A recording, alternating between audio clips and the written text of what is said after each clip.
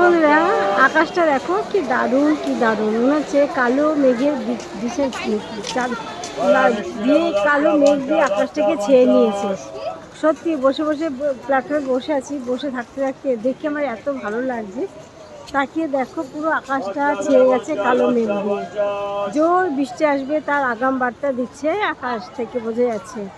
আমি বসে বসে কি করবো, ট্রেনটা আসার দেরি আছে, তাই বসে বসে এই ভিডিওটা করলাম তোমাদেরকে দেখানোর জন্য।